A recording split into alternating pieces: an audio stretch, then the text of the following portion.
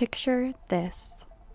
A cramped carbon fiber tube, roughly the size of a van, descending into the crushing darkness of the North Atlantic. Inside, 5 passengers sit shoulder to shoulder as they plunge towards the world's most famous shipwreck, 12,500 feet below. Today, we're about to experience what happens when ambitious innovation and corner cutting collide in one of the most unforgiving environments on Earth. So stow your tray tables, fasten your seatbelts, and prepare for some extreme turbulence, because this is Final Boarding Call. I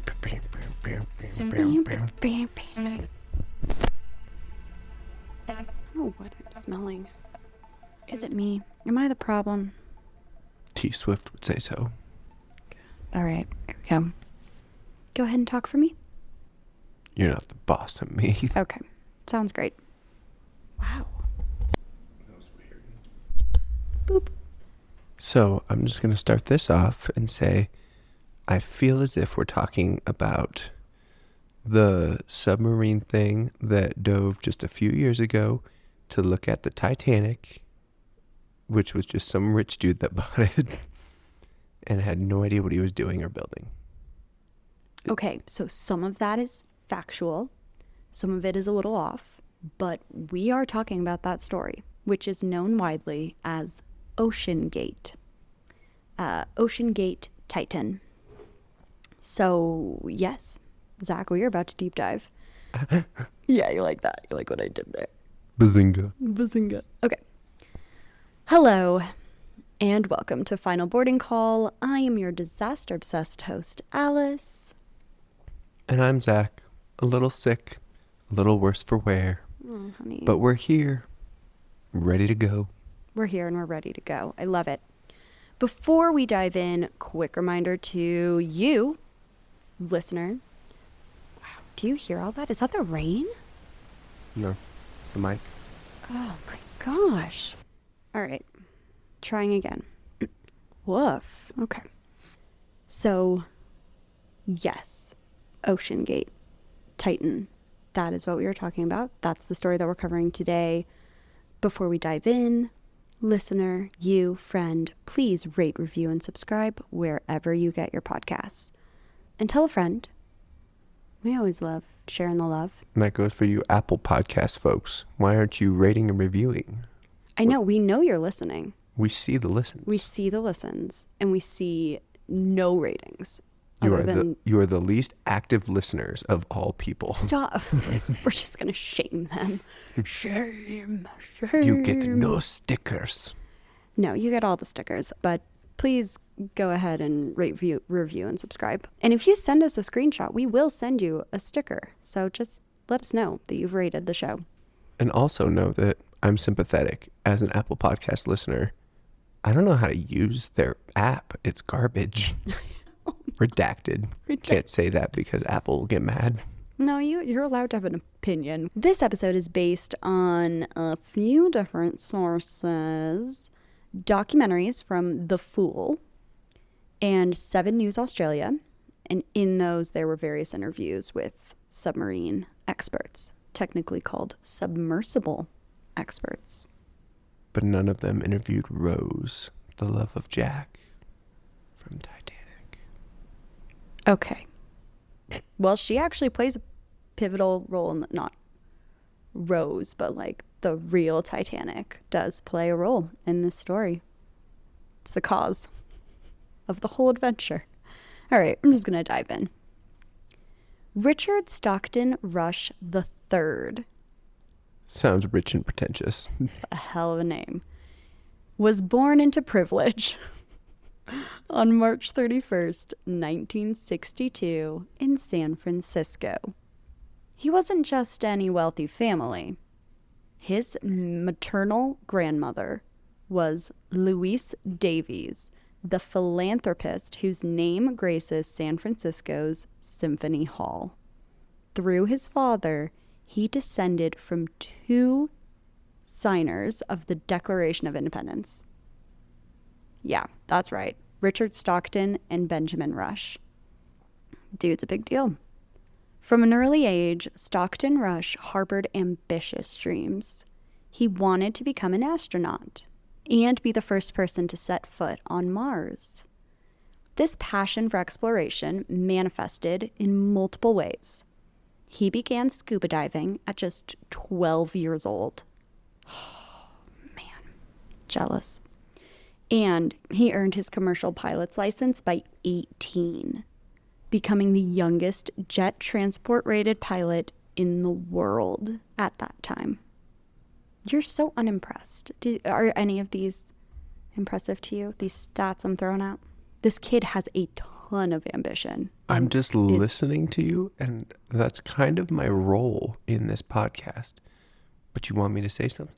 After graduating from elite Phillips Exeter Academy, Stockton Rush went on to earn a degree in aerospace engineering from Princeton University, followed by an MBA from UC Berkeley.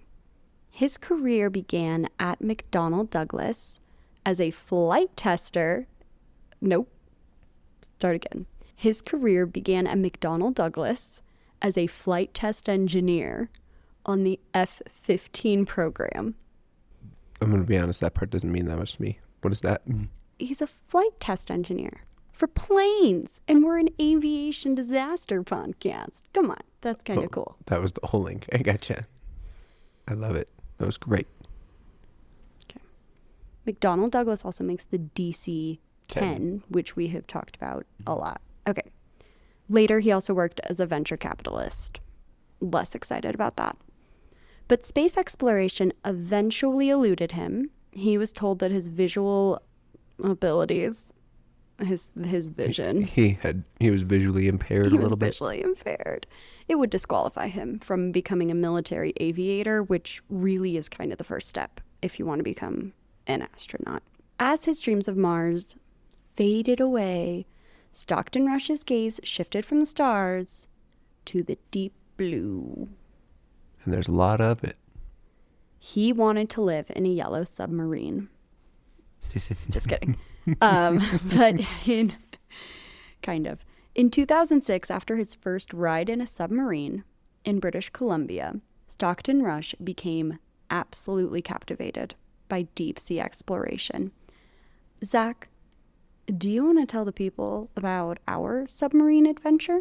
Because we also have done like a cool submarine thing like this.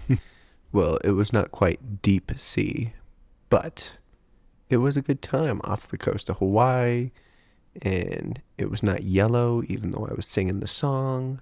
I really manifested a yellow one, and it didn't work out. No. But we saw some cool fishies, and some turtles, and a couple sharks. We did. And who doesn't love a good shark? Yeah. Shark Week became insanely popular when we were in high school. Do you remember what type of shark we saw? A gray one. Black tip reef shark. Are they mostly gray? They are... Zachary, you're no fun. God, they hunt at night. So they were sleeping during the day, and they were like in a cluster, and they were very cute. I love sharks. I also have a passion for deep sea exploration. I just have less money than Stockton Rush, so. But only by a hair. Only by a hair.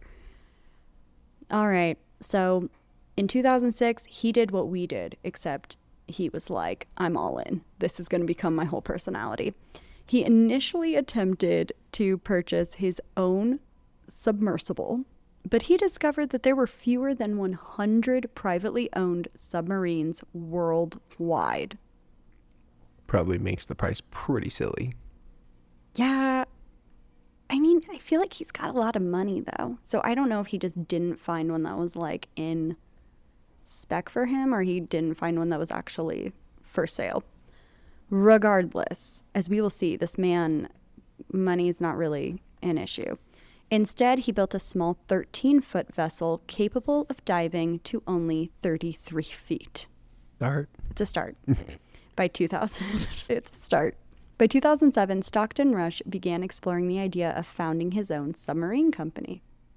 Like I said, he went all in. This is less than a year from his first ever submarine adventure. And he said, guys, I'm a billionaire. I could, let's do this. I don't actually know how much money he has, but money for sure. He believed that there could be a significant market for underwater tourism. So a little bit of the Blue Origin, but like down instead of up. Yep. He believed that underwater tourism would provide an alternative to the technical challenges of scuba diving. So basically, people that were, for whatever reason, unable to get a scuba certification could just get in a submarine. Fair. Yeah. You're not a good swimmer. Let's put you in an underwater car. There you go. In 2009, he co-founded OceanGate with business partner Guillermo Sonlin. Give me 1 second. Guillermo? Just give me a moment, okay? Stand by. All right. Guillermo Zernline. That was close to what you said. That I actually have done way worse. I've done way worse. With less letters. So true. For Stockton Rush, OceanGate wasn't just about tourism. It was about pioneering. That's the washer. Yeah, it is. That's my bad for starting that. For Stockton Rush, OceanGate wasn't just about tourism. It was about pioneering a new approach to ocean exploration. He frequently expressed frustration with what he saw as excessive regulations hindering innovation in submarine design. You guys try too hard to make these things like hold water out, so I don't like that. You're keeping me from exploring, man. It's something like that. In his view, the perception of danger in underwater exploration far exceeded the actual risk. He gonna learn today. So, well, as we already know. Stockton Rush was particularly critical of the Passenger Vessel Safety Act of 1993, a U.S. law that regulated ocean tourism vessels and prohibited commercial dives below 150 feet, which we went to almost 150 feet on our dive. I think we got 122. Yeah. He believed that these regulations needlessly prioritized passenger safety over commercial innovation, a philosophy that would ultimately be his demise. That is so spot on. Yes. The belief that safety regulations were sometimes excessive became a cornerstone of Stockton Rush's approach to submersible design. In a 2022 interview, he summed up his philosophy. At some point, safety just becomes pure waste. If you want to be safe, don't get out of bed. It's a risk-reward question, and he believed that he could operate just as safely by breaking some rules. I'm the first person to be ready to break some rules. God, you are. But there's some things that mean immediate death. Like, you want to break the speed limit? Okay. Going 85 into 75 is probably not going to end your life. However, you want to make sure that the seals aren't replaced on your submarine, you will die a slow and painful death. Like one of the worst ways to die. Drowning and fire. They're the only ones. That's fair. Yeah, that's definitely fair. Both of those sound horrible. This approach, prioritizing innovation over established safety protocols, really became the foundation of OceanGate's business model. And this gives me the ick, but here we go. Stockton Rush frequently compared himself to Elon Musk? Yes. Oh. Yes. Yes, positioning OceanGate as the SpaceX of the oceans. Founded in 2009, OceanGate began modestly, first using an existing certified submersible called Antipodes. Could have done better than that, Yeah, but okay. It's a hell of a name. It's literally anti and then podes. That's the whole thing. For shallow dives near Washington State. They explored the wreck of the SS Governor, sometimes called the area's mini Titanic, and studied the SS Montebello, a sunken oil tanker that posed an environmental threat off California's coast. Seems harmless enough, right? Sure. Yeah, he's doing normal submarine tourism, in my opinion. Yeah. You get on a boat, you go look at a shipwreck that's not, almost 13,000 feet below the surface. By 2014, OceanGate had gained enough notoriety to attract celebrity clients. You ready for this? That year, Grammy-winning artist Macklemore joined Stockton Rush for a dive in search of the rare six-gill shark. Thrift shop. Shark bite. I think it's just Macklemore, not Macklemore, but Downtown. That was Macklemore, right? That song? Okay, thank you. or something. I genuinely don't know, but I think he did you get a moped, something about a moped. Okay. But for Stockton Rush, these relatively shallow dives of only a few hundred feet were just the beginning. they weren't fun enough. No, I mean, truly. If you've got the drive, the vision of this man, you're not going to be okay with let's go to this little rinky-dink shipwreck. It's not going to get you high. Yeah, instead he's showing these tours, piloting the submarine, and he's just like, yeah, and to our left, here's another shipwreck. Oh my God, that's hilarious. Okay. Yup.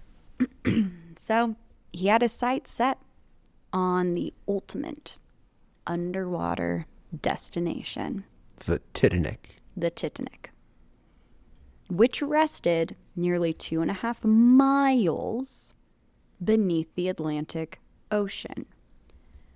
The wreck held a personal connection for Stockton Rush as well. His wife, Wendy Rush, was the great-granddaughter of Isidore and Ida Strauss, which was, of course, a wealthy couple who had perished together on the Titanic in 1912. So that is horrible that they died on the Titanic. The Strauss' story was even dramatized in James Cameron's film, showing them embracing on their bed as water filled their cabin. This family connection added another layer to Stockton Rush's determination.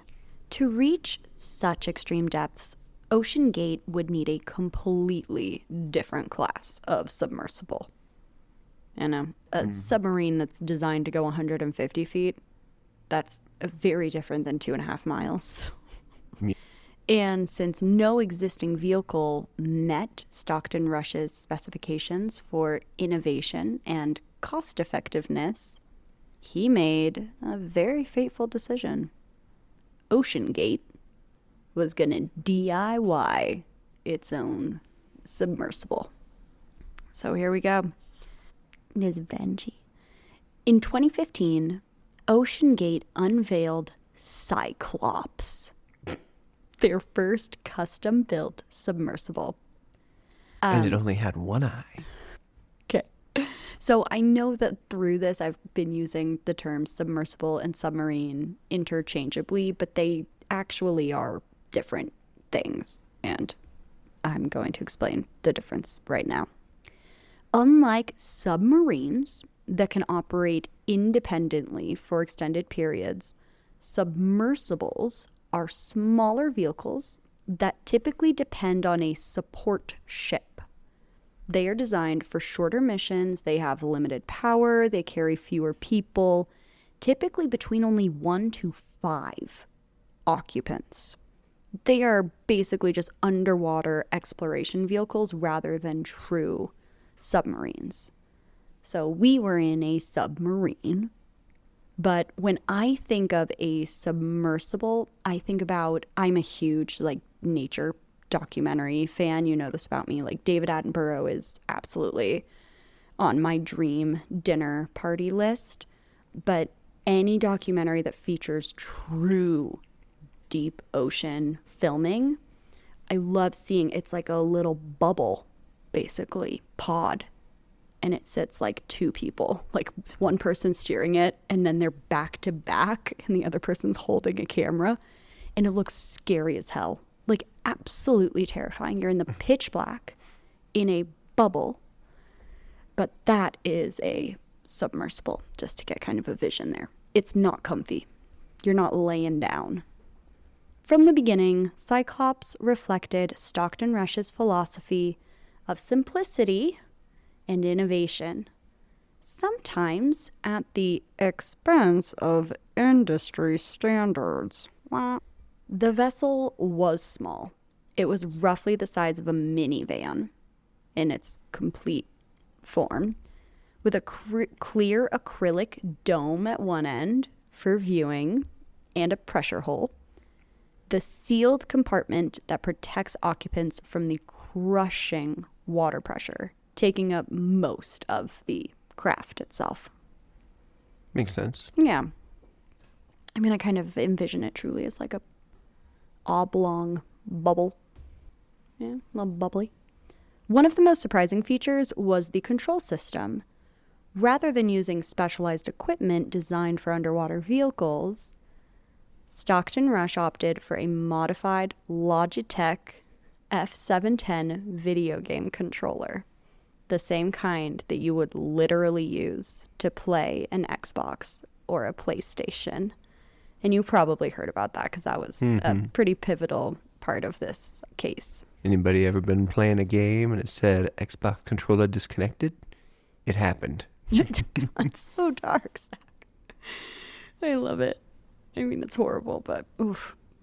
During demonstrations, Stockton Rush would explain how the controller worked with two dead man switches, safety features that require constant pressure from the operator.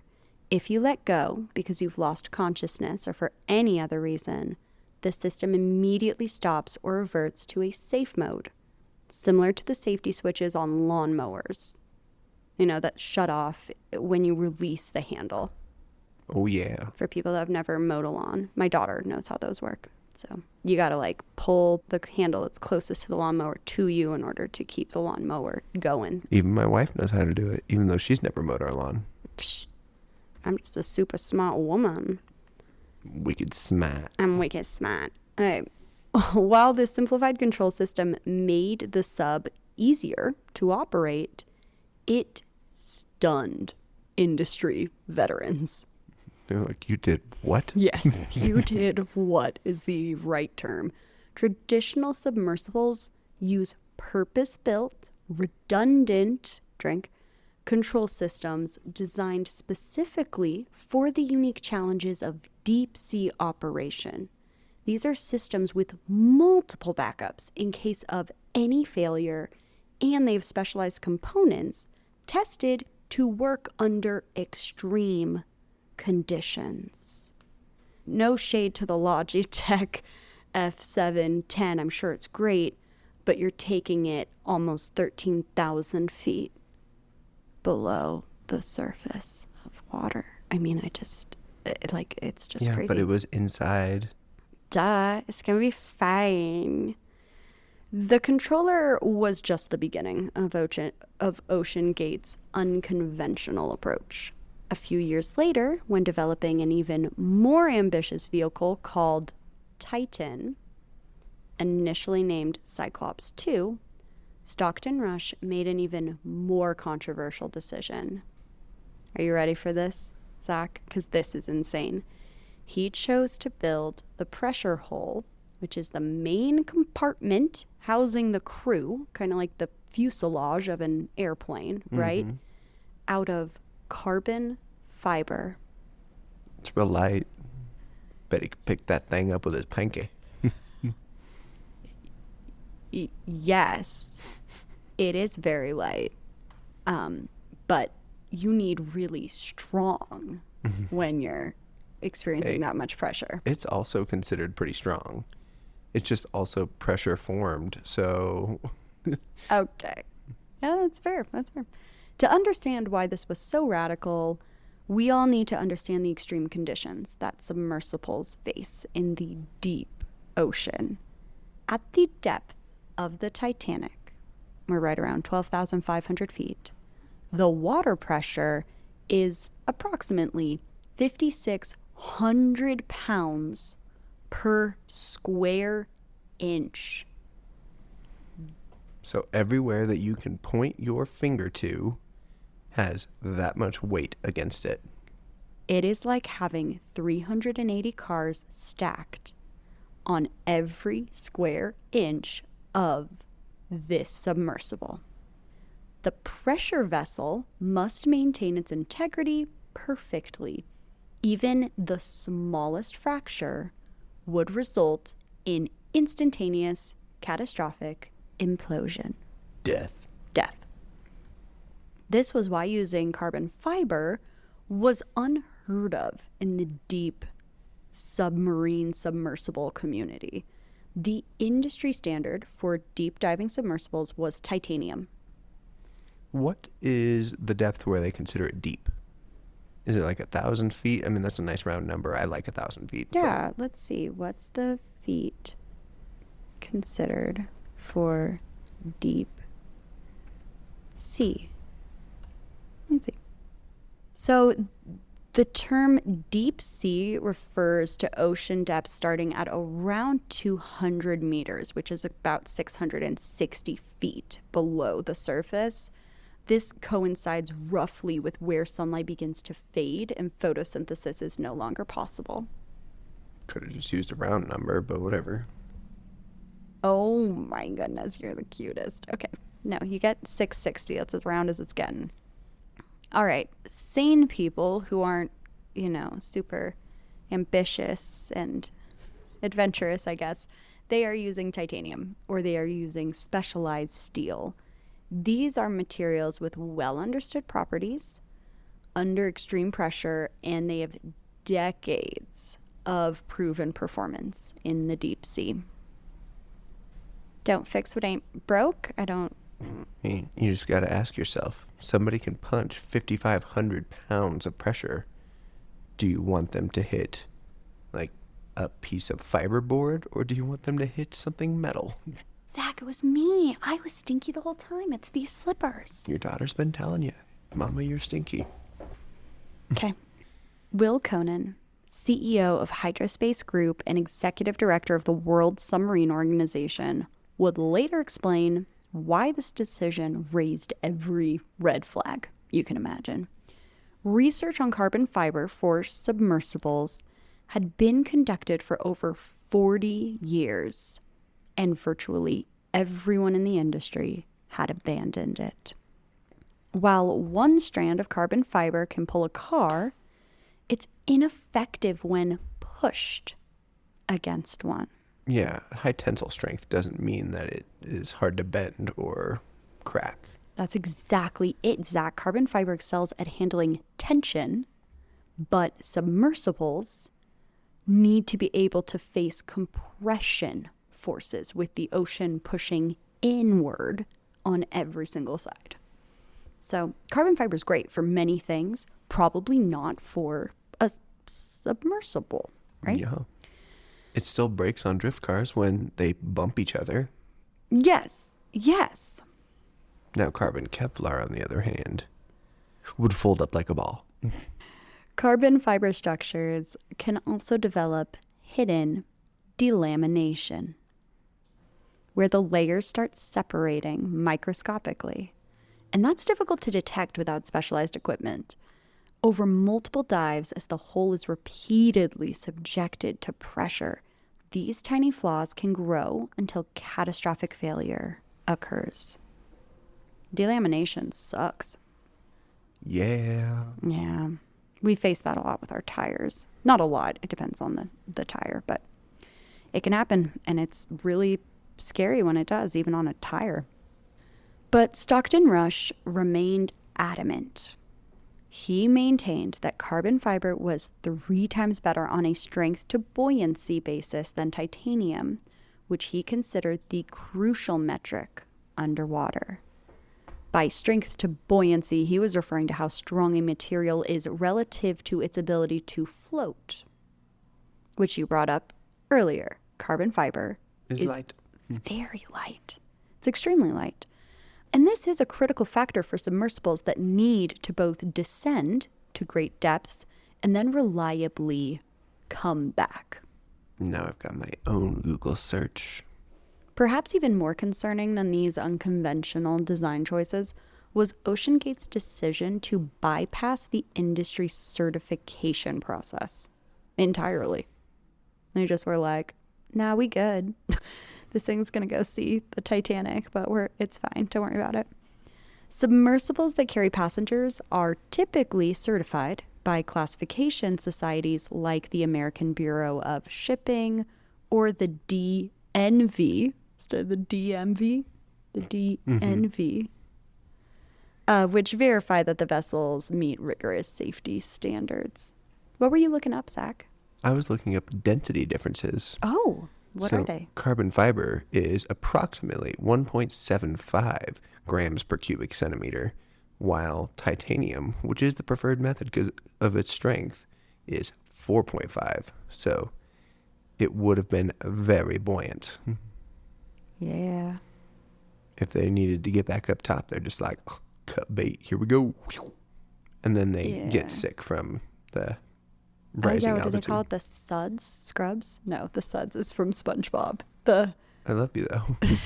It's something like that. What sickness do scuba divers get from coming up too fast? I know it's something like that. They get SIDS. Sudden infant death syndrome. No. Oh my gosh, no. The bends. Oh. You were close. There was a letter that matched. Woof. Okay. There is a great House episode about the bends. Okay. These certification processes are extremely thorough, examining everything from the whole material and construction to the life support systems, electrical systems, emergency protocols, and even the qualifications of the operators. Every component of the submersible is analyzed, tested, and verified that it can withstand the extreme conditions of deep sea exploration. And this guy was so rich, he paid his way through. No, he didn't do it. Oh, he just skipped it. Yeah, he literally was just like, nah, I'm too good for this. I'm fine. Like, I this guess- is good. I mean, the point is that he is not commercial. He is not taking out random deep seers. He's taking out crew, and I guess they can't really control a private person doing that. But he is taking passengers. He took passengers, but they were employed to do so, right? No. Oh. I mean, we're going to get into it. Whatever. But, like, they were running a business. This was a form of tourism. Those people paid him money. They got in this submarine of their own free will. And died. And yes, something horrible happened. So, for example, just to give you an idea of this certification process, it typically requires extensive pressure testing of the hull, not just once, but repeatedly over thousands of cycles to ensure that it maintains integrity over time. Can't deny, knowing that that is the certification process makes me feel better about getting in them. It's like, this was tested thousands of times. Yes, 100%. Electrical systems must have redundancy strength so that if one fails, a backup will immediately take over. Life support systems must demonstrate reliable performance with significant safety margins. Basically, the goal is to eliminate as many potential points of failure as possible, which makes sense when you're doing something that is so extreme. It's hardcore. Titan. Extreme. It is extreme. Titan, man, do you remember that show? What was that? Extreme. There was like an animal show. The most extreme on Animal Planet. No. Oh my gosh. All right. All of our early 90s listeners, do you remember the most extreme? Hopefully that's bringing back some memories for you. Titan was never certified by any regulatory board or body. Rush claimed that the existing regulations were too rigid and would prevent the kind of innovation that he was pursuing. Instead, OceanGate classified Titan as an experimental vessel, which allowed it to operate in international waters without certification. Wow. So, yeah, Zach, you might be asking, how is this possible? How is this possible? Yes, that was my question. It helps to know that maritime regulations can be complex and jurisdictional. So, in international waters beyond the territorial limits of a specific country, enforcement becomes a little hazy.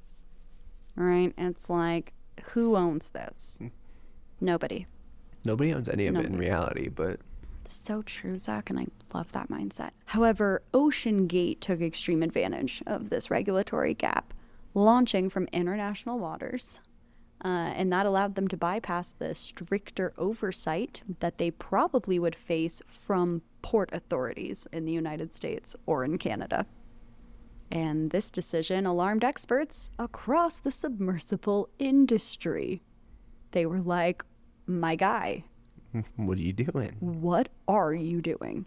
In 2018, the Manned Underwater Vehicles Committee of the Marine Technology Society, just like, that's probably a fun board meeting. Essentially, the industry's leading professional organization took the unprecedented step of writing a letter to Rush expressing, quote, unanimous concern, end quote, about Titan's experimental approach and warning of potential negative outcomes. They literally were like, hi, you didn't ask for our opinion. But here it is. We're going to give it to you. We want it on record that this isn't a good idea. I mean, people were pretty sure that this wouldn't even survive the 1,000 test cycles or even a few hundred, 300-foot dives. So now they're like, you're going how deep? What? It's crazy. Conan, who was involved in drafting this letter, later explained the motivation. Quote, this is not a sibling rivalry issue. This is really serious. Look, everybody around the world is really worried about what you're doing. Please correct your course. End quote. Rush's response, according to Conan, it's like, well, I'm smarter than everyone else. Oh boy. OceanGate's former director of marine operations, David Lockridge, also raised serious concerns about Titan's safety. In particular, he worried about the carbon fiber hull and the lack of non-destructive testing that could detect potential flaws without having to subject the hull to dangerous pressures. So there we have an internal whistleblower who's like, hey, Guys? I don't like this. When Lockridge persisted with his safety concerns, He was fired. tale as old as time. Yes, he was fired. Oh, you want me to be safe? Yeah. You're fired. Fired. He subsequently filed a lawsuit alleging wrongful termination, which was settled out of court. Despite these warnings, OceanGate pressed ahead with Titan's development. The company conducted test dives, gradually increasing the depth until they claimed This thing's safe. We're good. the vehicle was capable of reaching the Titanic. I don't know how you test that without getting going to the fucking Titanic, but that's cool. It's fine. I mean, I guess there's got to be ways because we test like space suits before we just shoot astronauts into space in them. So we have ways. I don't know if I trust that OceanGate was like really testing their things. All right, Zach, we're going to fast forward. It's 2021. OceanGate is ready to begin commercial expeditions to the Titanic. The price tag. Just take a ballpark guess of like, what the hell is it going to cost for you to get a seat on this thing and go see the Titanic? $150,000 per person. Actually, very good guess. It's $250,000 per person. But insane. Like cuckoo fucking bananas money. If you guys want to come die, just pay me $250,000 each. Yes. And there is no money back guarantee. Those who signed up had to acknowledge the experimental nature of the vessel and the inherent risk. So they literally had to sign a waiver saying this. You can't sue me for this. The waiver they signed was brutally honest, describing Titan as an experimental submersible vessel that has not been approved or certified by any regulatory body and could result in physical injury, disability, emotional trauma, or death. That was literally verbatim in the waiver. I've signed things like that. God. I guess I have too. But as Rush would later tell potential customers with a note of pride, this is an experimental sub. This is a dangerous environment. We want to make sure you're going in with an open eye. Yeah, I guess he's attracting the freaks. With a lot of money. With a lot of money. And that's actually probably a good thing we don't have a lot of money because we are freaky people. So think about the weird stuff that we would sign up to do. Did I ever tell you that I applied to be part of the project that like gets launched into Mars and never comes back when I was in college? I think you did, and it doesn't shock me. Yeah. Woof, guys. The crazy thing, though, is men are from Mars. June 18th, 2023. The sky is overcast at the port in St. John's, Newfoundland, as the expedition vessel Polar Prince prepares for its journey to the Titanic site, approximately 370 miles southeast. Okay, it's launch day. The Polar Prince is what's known as a mothership. It's a real term. Or a support vessel, which is a critical component in deep-sea submersible operations. It basically just like tugboats out the submersible. And it also is where all of the crew, the facilities for launching and recovery take place, communication systems. The mothership is very critical. It is the lifeline, monitoring the status and coordinating any necessary emergency responses. Yeah, they didn't want to go through all the testing and get certified, but those same people that do the certifications, when you need them, hey guys, we messed up. Can you come save us? Yeah, I don't know where he found these people. I mean, I'm sure they were paid quite handsomely, but they, I'm sure, had to know that they were part of this crew of a very experimental, non-certified submersible. On board this mothership is the OceanGate Titan. It is secured to the deck. This expedition marks the start of OceanGate's 2023 season of dives to the famous wreck. At just 22 feet long and about 8 feet in diameter at its widest point, the Titan is surprisingly small for a vessel that's designed to carry 5 people to extreme depths. The interior space is even more limited. It is roughly the size of a minivan's cabin with no seats, just a padded floor. Everybody sit crisscross applesauce. Kind of, yeah. So it's like, just go on in, and you can sit or kneel for hours for $250,000. Couldn't even throw a lawn chair in there. Okay. Put us on a recliner. We'll have 2 people in it. I mean, honestly. 5 people are preparing to make the dive. Stockton Rush himself, British billionaire and explorer Hamish Harding, French maritime expert Paul Henry Nargulet, stand by. That's crazy. That's how Luna found Harry. He's got lots of nargles in his head. It's the nargle. Your head is full of them. Okay, so it is, I believe it's a French name. It is Paul Henri Narzolet. Narwhals. Nicknamed Mr. Titanic for his extensive experience with the wreck, and Pakistani-British businessman Shahzada Dawood, and his 19-year-old son, Sulman. Oh, so he just had like lots of fuck you money.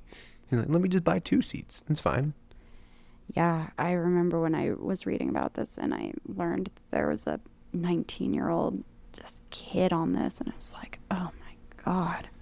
He had so much life to live. Ooh, it's rough. Yeah, and I mean, as a parent, we struggle with this with Aria, I think, where it's like you want your kid to be able to experience these really cool, kind of risky things because that is so much of what life is about to us.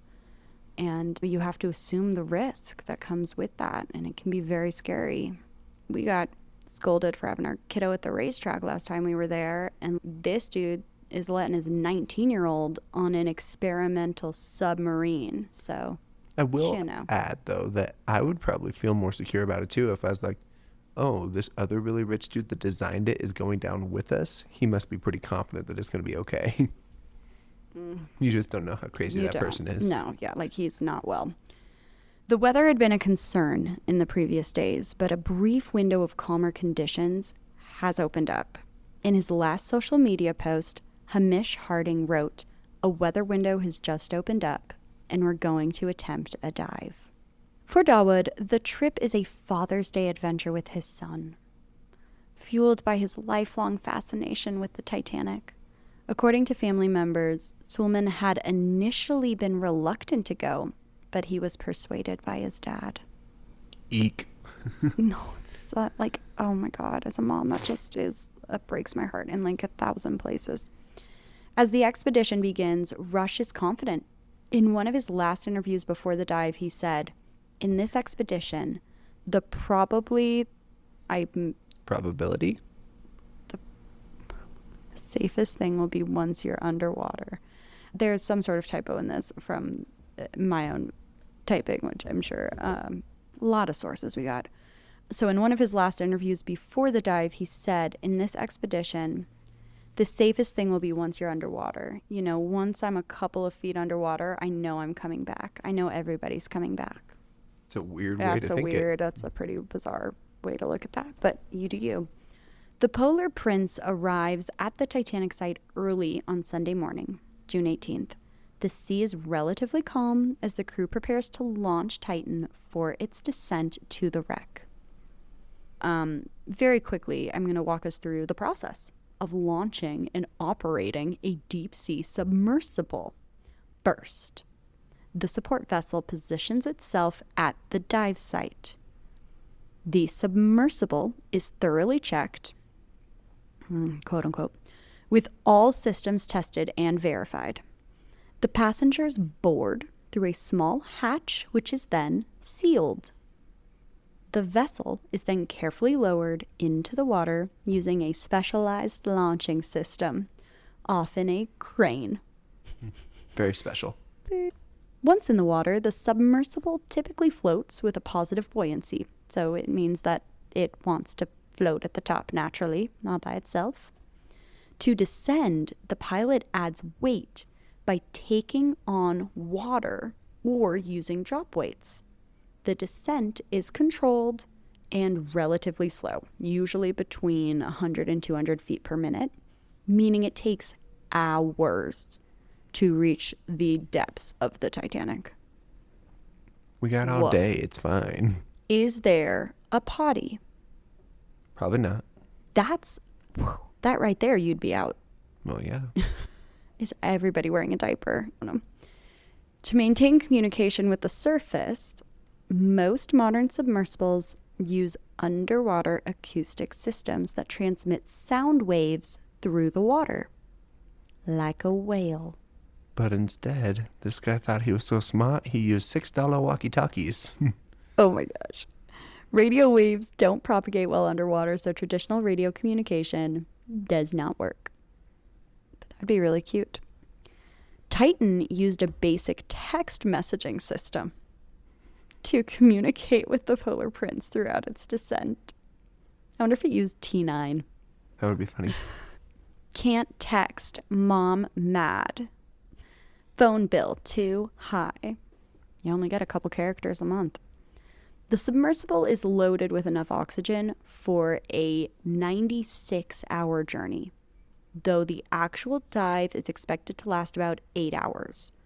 2.5-hour descent, 3 hours at the Titanic, 2.5 hours back to the surface. At approximately 8 a.m. Eastern Time, Titan is launched.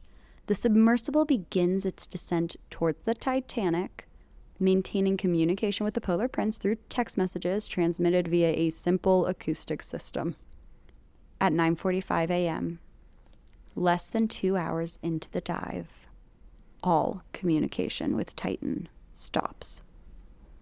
The timing is crucial because at this point, Titan would have been at a depth of about 12,000 feet, approaching the Titanic site.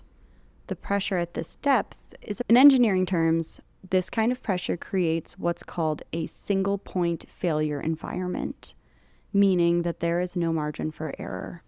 Unlike an airplane that can still fly if one engine fails, or even a surface ship that might stay afloat with some damage, a deep sea submersible that loses hull integrity has no backup option. It is fucked. The collapse happens in milliseconds, faster than human nerve impulses can even travel. The occupants would not even have time to register that something was wrong. It's probably a good way to go then. Yes, I mean, this would be. This is not drowning. This is like popping almost. But oddly, despite losing communication, the support crew on the Polar Prince does not immediately declare an emergency. Protocol dictates that when a submersible loses contact, rescue procedures should begin within 15 to 30 minutes. As Will Conan would later explain, when you lose communication with a submarine within 15 minutes, you start worrying. At a half hour, you're in emergency mode. And after an hour, you assume something happened. Instead, nearly 8 hours pass before the Coast Guard is notified that Titan is missing. What? That's a lot of hours. It's a lot of hours. This inexplicable delay would later become a subject of very intense scrutiny. By the time the alarm is raised, an international search and rescue operation is launched involving the U.S. and Canadian Coast Guards, aircraft, and specialized deep sea equipment. The clock is ticking against the 96 hours of estimated available oxygen. For the next 3 days, I'm sure you remember this, the world is absolutely on pins and needles waiting for an update. News outlets provide constant updates about the dwindling oxygen supply. And on Tuesday, June 20th, reports emerge of banging sounds detected by sonar at 30-minute intervals, which actually raised hopes that the occupants might still be alive. But finding a small submersible in the Atlantic Ocean... That's horrid. Yeah, especially at such extreme depths, it proved extremely difficult. Even if Titan is located, recovering it is going to be really challenging because most submarines and rescue vehicles can't get even close to 12,000 feet. By Thursday, June 22nd, the estimated oxygen supply was exhausted, but the search continued, now with additional specialized deep-sea robots, which were capable of reaching the ocean floor. These remotely operated vehicles, or ROVs, I think it's ROV, not ROV, they're essentially underwater robots controlled from ships on the surface. Unlike human-occupied submersibles, they can withstand extreme depths because they don't need to maintain a breathable atmosphere. They are equipped with high-definition cameras, sonar, and manipulator arms, beep, beep, boop, boop, that allow them to examine objects on the seafloor in detail. In the search for Titan, these would prove crucial for finding and identifying the wreckage. That afternoon, just over 105 hours after Titan began its descent, Coast Guard Rear Admiral It's a hard word. Coast Guard Rear Admiral John Mauger calls a press conference to deliver the news. Debris from the Titan has been brought to the surface from the ocean floor, and the debris is consistent with the catastrophic loss of the pressure chamber. The terrible truth becomes clear. Titan had suffered a catastrophic implosion early in its descent. The 5 men on board were killed instantly as the pressure hull collapsed, creating a shockwave so powerful that it was detected by U.S. Navy acoustic sensors designed to track submarine activity. No, that's wild. Yeah. When a submersible implodes at depth, the forces involved are enormous. I mean, that is like a giant bomb being dropped somewhere. Yes. Out here, we hear it. We can picture what it sounds like. Down there, it is just... I know. Boom, but like underwater. Yeah. It's like yelling underwater. You can't hear it. It's freaking nuts. The pressure vessel collapses inward at supersonic speed, with the surrounding water rushing in to fill the vacuum. The energy released creates a shockwave similar to an explosion, which propagates through the water for miles. These acoustic signatures are precisely what naval sonar arrays are designed to detect when tracking submarines. The failure point was likely the carbon fiber hull, or its connection to the titanium end caps, which was obviously the design elements that we were concerned about from the very beginning. Yeah. As James Cameron, director of Titanic and an experienced deep-sea explorer himself put it, there had been a lot of concern about this outfit and this sub. But perhaps most tragic of all was the realization that the search, with its tension-filled updates about dwindling oxygen and mysterious knocking sounds, had been futile from the start. Titan and its occupants had been lost within the first 2 hours of the expedition. In the wake of the Titan tragedy, the submersible industry faced a reckoning. Will Conan provided a sobering perspective on the industry's safety record. Until this incident, submersibles had conducted 40 to 50,000 dives a year for the last 40 years without a single fatality. Not one. Well, it sounds like really the thing they need to do, they don't really need more rules because they weren't having issues. They need to bridge the gap of the international waters.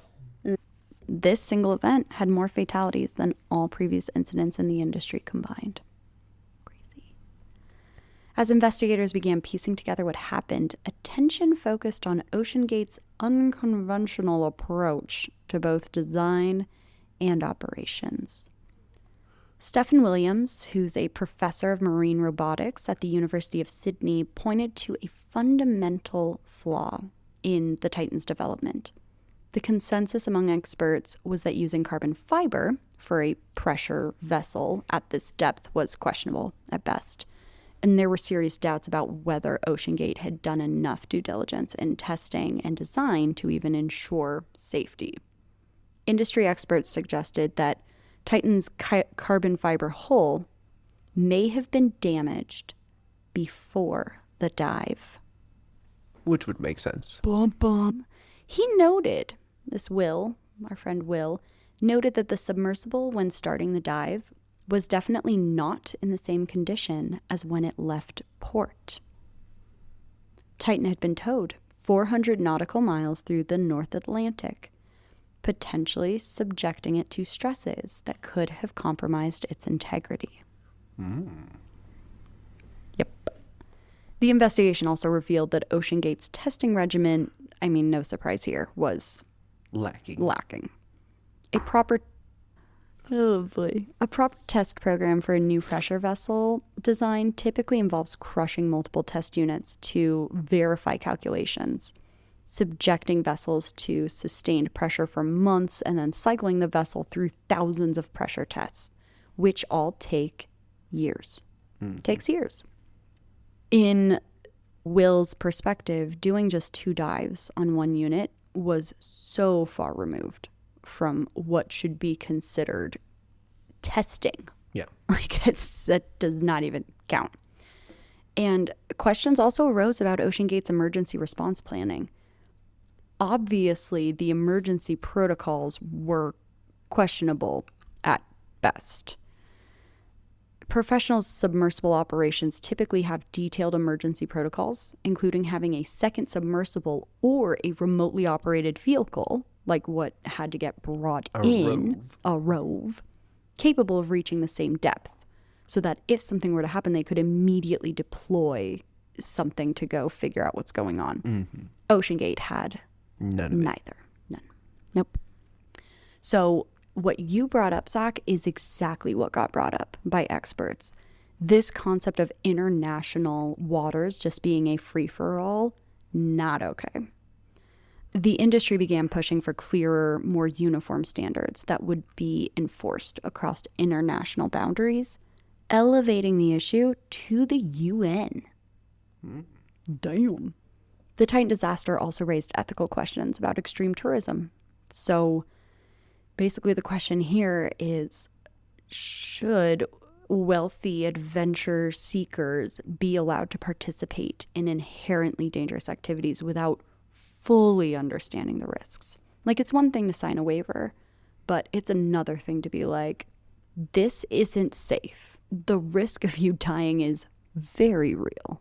This may get redacted, but I'm going to say yes. Hamish Harding's friend, Chris Brown, not the Chris Brown that you're thinking of, had been scheduled to join the expedition, but actually chose to stay behind. After the tragedy, he reflected that most explorers assess the risks before deciding to go on an expedition, but he implied that in this case, the true extent of those risks were probably not fully understood. For all Stockton Rush's talk of breaking rules with logic and good engineering, the Titan disaster revealed the terrible cost of prioritizing innovation over safety. In a bitter irony, the debris field of the Titan now sits with the Titanic. I mean, that is... I would take a rove down there and pile up the pieces on top of the Titanic deck. Like, you want to be here so bad? Here you go. It's really dark. And, Zach, that is our story for today. This runny nose is beating me up. It is. But you hung in there. I'm kind of back and forth on it because I am a believer that you got to break a few eggs to make an omelet. But also, I do that with things that I actually understand, not something that I got into yesterday. How about if you're going to break some omelets, don't involve other people. Why would you break an omelet? Sorry. Break an omelet. If you were going to break some eggs to make an omelet. Break the ones from your own fridge rather than somebody else's. 100%. Don't involve other people. Our daughter woke up. We were getting passionate. Sounded like dirt bikes or something. I don't know. It was weird. All right. Well, that is our story for today. So if you enjoyed this episode, I don't know, if you thought it was interesting, please rate, review, and subscribe wherever you get your podcasts. You can also follow us on Instagram at Final Boarding Call Pod for behind-the-scenes content and updates on future episodes. And you can join our Facebook discussion group, which is on Facebook. Somewhere. It's there. It's in the cloud and a data center. Data centers. And please join us next time when we will be talking about another transportation disaster story. Until then, remember to stow your tray tables, fasten your seatbelts, and prepare for the unexpected, because not every trip reaches its final destination. Goodbye. Ooh, good one. Like that.